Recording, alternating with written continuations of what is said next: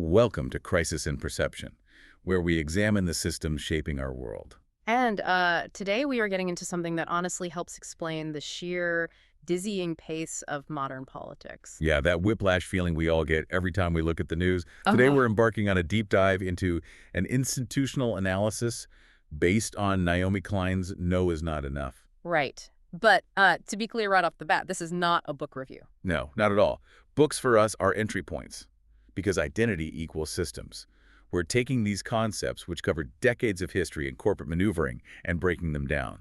We want you to see the actual architecture of how crises are utilized to reshape society. And before we dive into the mechanics of this, I need to explicitly state the framework for our discussion today.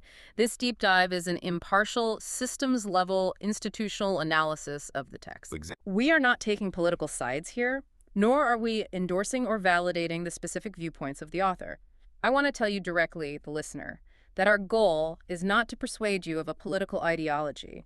We are simply unpacking the source material to reveal the underlying systems, the incentive structures, and the institutional mechanisms it describes. We're looking at the plumbing, essentially, not the paint job. Precisely. We are strictly looking through the lens of structural design. And the primary system we're looking at today, the real hook of this entire analysis, is a concept called shock politics. Right, or the shock doctrine. Structurally speaking, this is a crisis exploitation system. A crisis exploitation system. Yes. It is designed to convert emergencies into rapid policy shifts, institutional capture, and durable power realignment. And all of this is reinforced by media economics and modern branding culture. Okay, let's unpack this. Because to truly grasp how this works, we have to look at the actual architecture of shock. The system's design. Right, the system's design. Okay. The whole premise relies on waiting for or actively utilizing a massive collective shock, Like a sudden market crash. or a devastating terrorist attack, or a huge natural disaster. And the mechanism here relies entirely on generating fear and urgency. Think about how a crisis alters the systemic design of governance. Fear generates a profound, primal sense of urgency. And urgency compresses time. Exactly. It compresses the time available for democratic deliberation. It bypasses normal legislative debate, public hearings, civic engagement. You just don't have time for a town hall meeting when the house is on fire. You just want the fire put out. Right. And in exchange for that perceived safety, executive discretion is vastly expanded. Leaders get extraordinary powers because the public is desperate for stability. There's this quote from the source material from a human rights advocate named Halina Bortnowska Yeah. that perfectly illustrates this. Yes, the Poland example. Yeah. She was describing the experience in Poland when rapid economic shock therapy was imposed right during the collapse of communism. She described the velocity of change as being the difference between dog years and human years. That is such a visceral way to describe it. It really is. People become so deeply disoriented by that hyper-accelerated change that they literally can no longer act in their own best interests. Because they don't even know what those interests are anymore. Exactly. If you wake up and your entire neighborhood, your currency, your job market has completely transformed overnight, you're just trying to survive the whiplash. You aren't analyzing complex tax legislation. That societal vertigo is the crucial fertile ground for the system. But here is the structural secret. The policies implemented during these shocks are almost never invented on the spot. Hold on. Let me play devil's advocate for a second. When a massive crisis hits, governments are scrambling. Are you saying they aren't just desperately throwing together legislation to fix the problem? Not the structural legislation, no. In the chaos of a crisis, governments do not suddenly draft thousands of pages of complex deregulation and privatization from scratch. So where does it come from? These are pre-built corporate policy pipelines lying in wait. They are meticulously drafted well in advance by think tanks and corporate lobbying groups. So it's basically a corporate wish list, a binder full of structural changes sitting in a desk drawer, just waiting for the worst day of your life so they can hand it to the legislature. That is exactly what it is, and we don't have to guess about this. Milton Friedman, a highly influential economist, explicitly outlined this strategy. He wrote, "Only a crisis, actual or perceived, produces real change. Violent. Goes on to say, when that crisis occurs, the actions that are taken depend on the ideas that are lying around. That, I believe, is our basic function, to develop alternatives to existing policies, to keep them alive and available until the politically impossible becomes politically inevitable. Until the politically impossible becomes politically inevitable. Yeah. These think tanks are stockpiling anti-democratic ideas the exact same way survivalists stockpile canned goods in a bunker. Yes. They know they can't sell these policies on a sunny Tuesday. They need a hurricane. Precisely. And this brings us to a crucial evolution in the shock doctrine framework. We have to look at the integration of the system with the culture of branding. Okay, let's talk about superbrands. Because Klein's earlier work covered this heavily. Historically, companies made physical goods, right? Right. You built cars, you sewed shirts. But then the most successful multinationals stopped manufacturing things and started manufacturing images. The race toward weightlessness. The goal became owning the least amount of physical infrastructure, having the fewest direct employees, but producing the most powerful image. So Nike doesn't want to own a shoe factory. They want to own the idea of athletic excellence. Apple sells the idea of creative rebellion. They contract out all the messy reality of factories and pour everything into perception management. Now, overlay that concept onto the political system. If we look at Donald Trump, for instance, structural analysis requires us to view him not primarily as a traditional politician. Or even a traditional CEO. Right. We have to view him as the ultimate manifestation of a superbrand. In this systemic design, branding functions as perception management. It creates a constant spectacle that masks actual governance outcomes. So traditional political scandals, gaffes, hypocrisies, they bounce off because the brand is built on a specific persona, not on traditional political metrics. Exactly. If your brand is the ruthless outsider who disrupts the system, then acting ruthlessly doesn't damage you. It reinforces the brand. There's an amazing quote from the book comparing the experience of going to Mar-a-Lago to going to Disneyland and knowing Mickey Mouse will be there all day long. It's the perfect analogy. In this system, the U.S. government becomes an extension of a corporate brand. And this transition from the architecture of the system to the drivers that actually make it work brings us to the alignment of incentives. A system only functions if the actors within it are incentivized to maintain it. So why does this spectacle work so flawlessly on us? Media economics. Yes. Because the media is financially incentivized toward conflict-driven infotainment. Outrage guarantees high ratings. Attention is the currency. We have the Tyndall Report from the 2016 election. The 3 major nightly network news shows combined spent a total of just 32 minutes on issues coverage for the entire cycle. 32 minutes across a whole year. Down from 220 minutes in 2008. 32 minutes on actual issues. The rest of the time was dedicated to the reality show of who insulted whom. From a systems perspective, political actors are heavily incentivized to dominate these narrative cycles. By turning elections into reality TV, the best contestant dominates the airwaves. And the underlying policy shifts remain completely unexamined. It's the magician's trick. Look at my flashy right hand while my left hand picks your pocket. And it's not just media incentives. It's corporate and political alignment. The facade of the middleman has been completely dropped. Corporate interests used to hire lobbyists to slowly influence politicians. But look at the cabinet examples from the text. ExxonMobil for Secretary of State. General Dynamics and Boeing executives at the Department of Defense. Goldman Sachs alumni in charge of virtually everything else. A skeptic might say, aren't these just successful business people? That's the surface-level defense. But structurally, this isn't traditional lobbying. It's cutting out the middlemen entirely. The overarching incentive, as cited by Steve Bannon, is the deconstruction of the administrative state. Let's define the administrative state for a second. What does that actually mean for our daily lives? It's the apparatus that enforces regulations. The EPA ensuring your drinking water doesn't have lead in it. OSHA making sure your workplace is safe. The FDA checking your medication. So deconstructing that means dismantling those protections. Yes. Appointees are chosen specifically because they do not believe in the core mission of the agencies they lead. The goal is regulatory advantage for the corporate actors.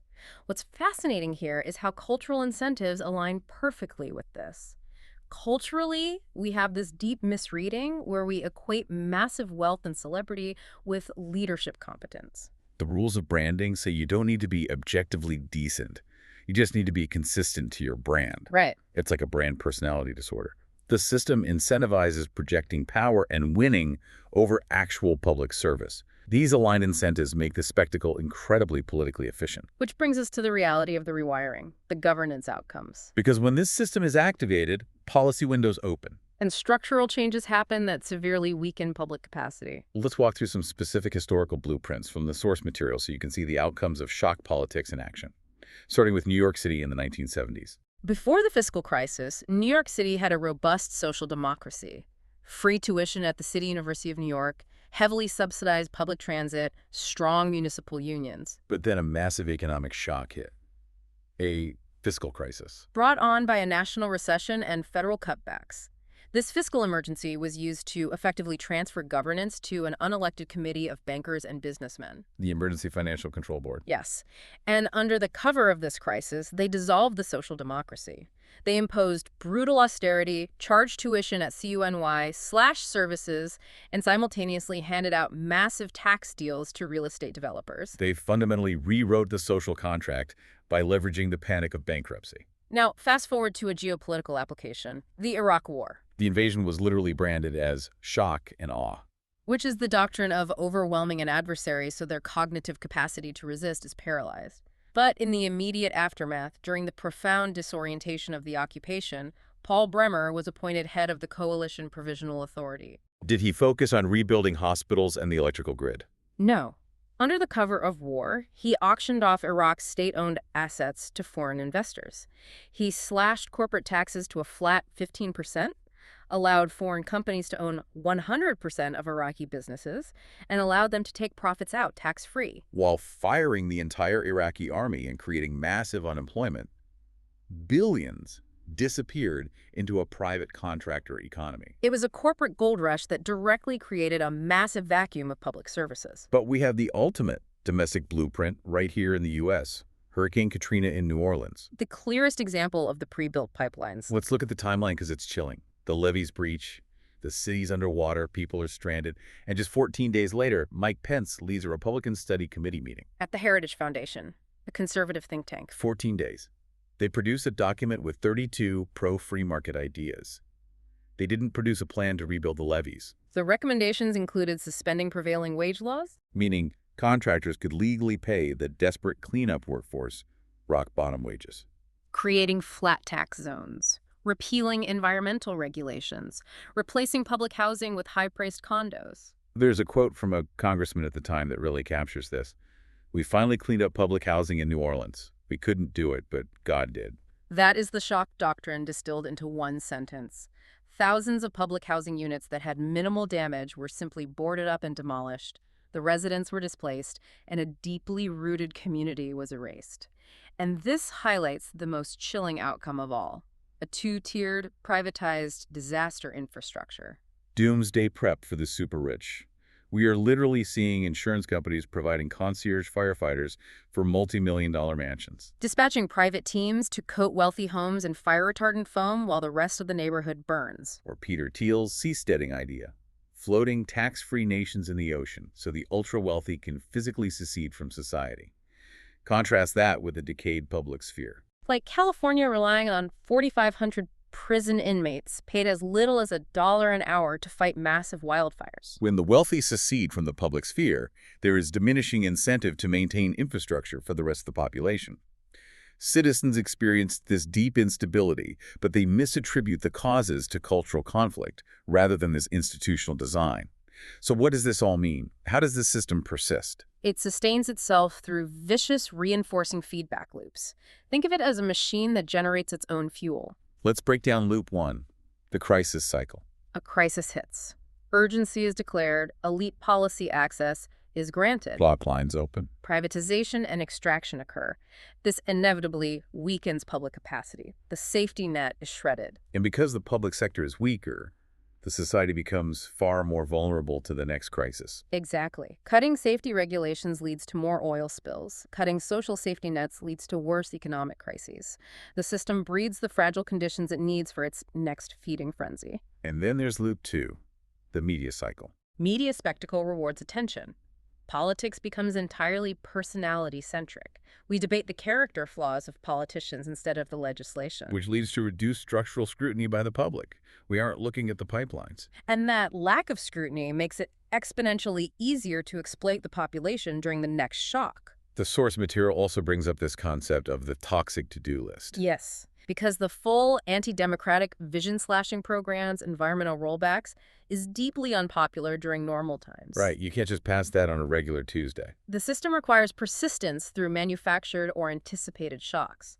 The administration simply waits for an economic bubble to burst, a security blowback, or a climate weather shock to declare states of emergency. Like the Paris 2015 emergency laws.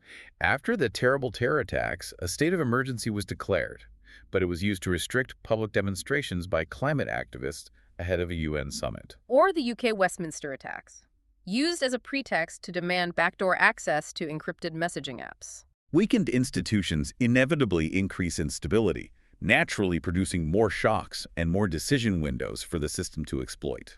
If we connect this to the bigger picture, this shock system does not exist in a vacuum. It is deeply nested within global systems. Like neoliberal globalization. And platform-driven media economics. It's accelerated by climate-driven destabilization and international finance structures, like the IMF pushing austerity in Greece. Increased ecological and economic volatility naturally increases the frequency of exploitable shocks. But the source material warns against merely reacting to this.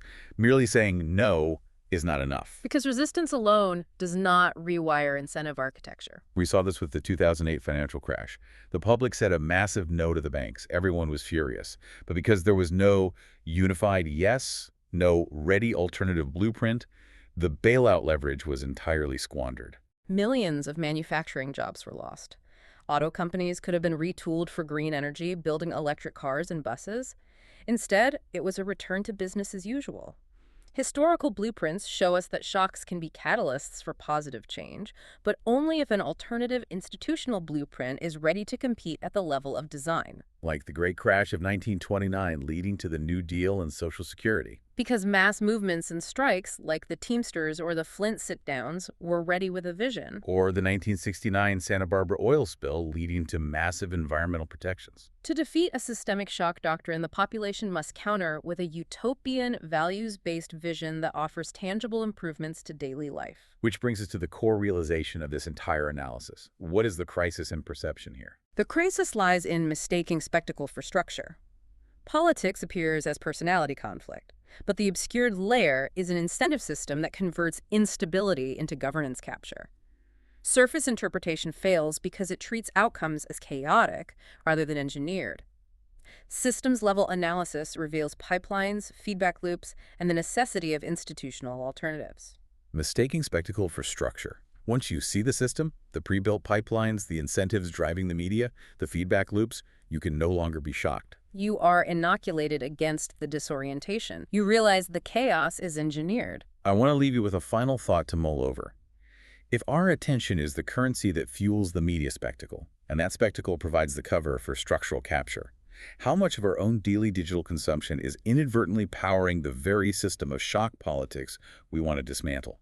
Crisis in Perception examines how systems shape belief and how better tools help us see clearly. This project is free and publicly accessible. If you'd like to support the time, tools, and research behind Crisis in Perception, you can become a supporter on Patreon. For a shorter visual overview of this topic, see the mini explainer linked in the description. If you enjoy this kind of systems-level analysis, please like, subscribe, and comment with books or topics you'd like us to explore next.